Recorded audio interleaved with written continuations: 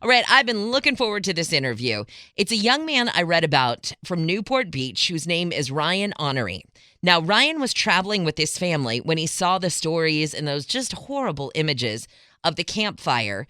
And he thought to himself, I got to do something to not just help the people, but also the environment. And can I tell you, Ryan is 13 years old and he was inspired by the campfire to do something about it. And Ryan joins us this morning. Ryan, good morning. I know he's there. There he is. Hi, Ryan. Hello. Thank you so much. I don't know, at 13 years old, I think most of the rest of us probably listening this morning were focused on our schoolwork and, which boy or girl we thought was cute at the time. You, on the other hand, are trying to do good not only for the environment, but for people, and you're doing it through technology. Yes, I am. Also, thank you for having me on this. Oh my gosh, you are so welcome. It's my pleasure. So let's talk about you're on vacation, right? I had your story right that you were on vacation in Arizona with your family when you saw the images. Yeah, so I was in Arizona in November of 2018 when suddenly on the TV I saw that there were devastating wildfires in California and the hills that were being burnt looked just like the hills that were behind my house. So I called my mom to ask if she was okay, and she was. But then I wondered why we were thinking of traveling to other planets while we still couldn't solve problems that were on our own planet. So then I looked into the current solutions and realized that all of the current solutions lacked from timeliness of response, and that's how it took off. Okay, most kids I don't think would have even thought about that to put that correlation together because we're going into space yet we can't take care of our own kind of thing. But this is what you do, right? You're a coder, you're a dreamer, you're an explorer. Is that what kind of fueled you as well? You seem like a person who probably asks a lot of questions and wants to find solutions. Yeah, I always like to find the answer to something, and I don't ever really like to start something but never finish it.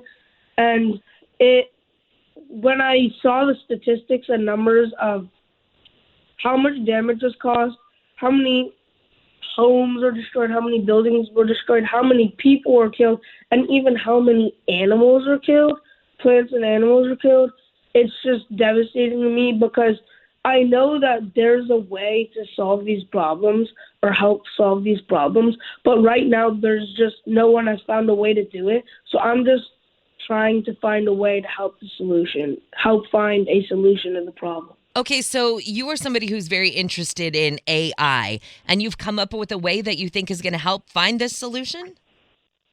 So how my network works is a detector will detect the fire, and since all of my entire network is connected with mesh networking, my detector will send that information from detector to detector until eventually it reaches my mini meteorological station. And at my mini meteorological station, the information will be sent to my app, and at the mini meteorological station, it will also use machine learning to predict where the fire may grow using information such as wind speed, wind direction, soil moisture, and so on. And then, And go all of ahead. that information will be then sent to my app, so firefighters know where to act on first on the fire, and also residents that are in the path of the fire can be notified to immediately evacuate. So if people were to download your app on their phone, they'd get that notification that a fire was coming their way. The firefighters would be able to map kind of the direction of the fire, like you said, based on the weather conditions. And then also your detectors. Tell me more about those. Where would those be placed? So my detectors would are very robust since they don't need any infrastructure such as power and Wi-Fi. So they would be placed at high-risk locations where we believe a fire may start. For example, it could be around high-voltage equipment or in an area where there's a lot of dead shrubs, for example, where a fire could easily start. A- So, And so you've already got funding for this, right? yes, I received a $10,000 grant first when I was in 5th grade, but that was not funding. I received a $1.7 million grant, a research grant funding from the Office of Naval Research. So you won the TCS Ignite Innovation Student Challenge, and this was in 2019. Was that for this concept that you had come up with to combat wildfires? Yes, this is for the same concept.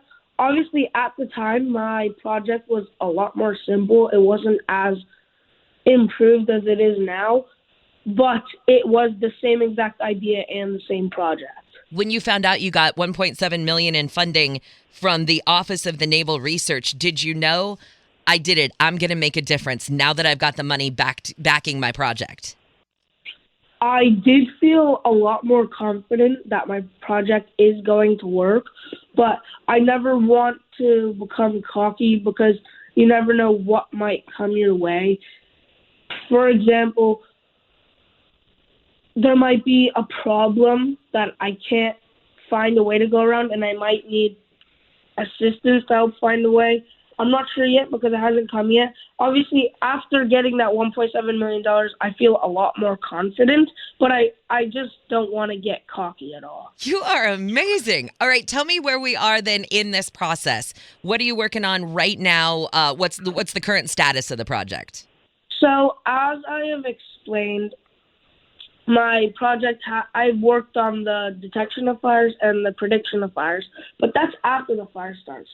So I'm wondering if there's any way that if there's a chance of me even preventing the fire from starting. So my idea is to have drones fly around, for example, high voltage equipment such as power lines, and take images or videos of the power lines. And after being trained with machine learning, after being trained with a lot of data, it can use machine learning to predict how long it will be until this piece of high voltage equipment gets into a dangerous state, or if it is in a dangerous state currently. Because then you could have someone go and fix that high voltage equipment. Because we know that, we know that the campfire of 2018 started from a spark of high voltage PG&E equipment, which then put PG&E into bankruptcy. So that would save the entire deal of having to even deal with the fire, and it would also save a lot of cost and lives, obviously, for both humans and animals alike. All right, well, I am going to pick my chin up from off the desk this morning because I am awestruck by you, Ryan. This is incredible technology. I'm glad that you have the funding to push it forward, and it's young, bright minds like yours that are going to come up with the solutions that we need. And I am so impressed. Will you do me a favor that when you become president, will you remember me and maybe put me in your cabinet or something like that? I'll try my best. Okay.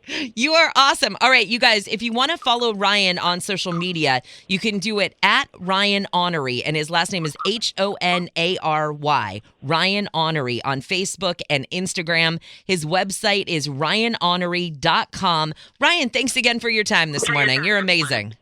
Thank you so much for having me. Have a good day. Hey, you too. See you later. Thank you. See you. Bye. Bye. Oh my gosh. What were you doing at 13? Was your vocabulary like that at 13? Did you understand cause and effect like that at 13? Were you thinking of ways to better wildlife prevention in your area when you were 13? Nope, me neither. Holy cow. Well, I just feel like a big failure now.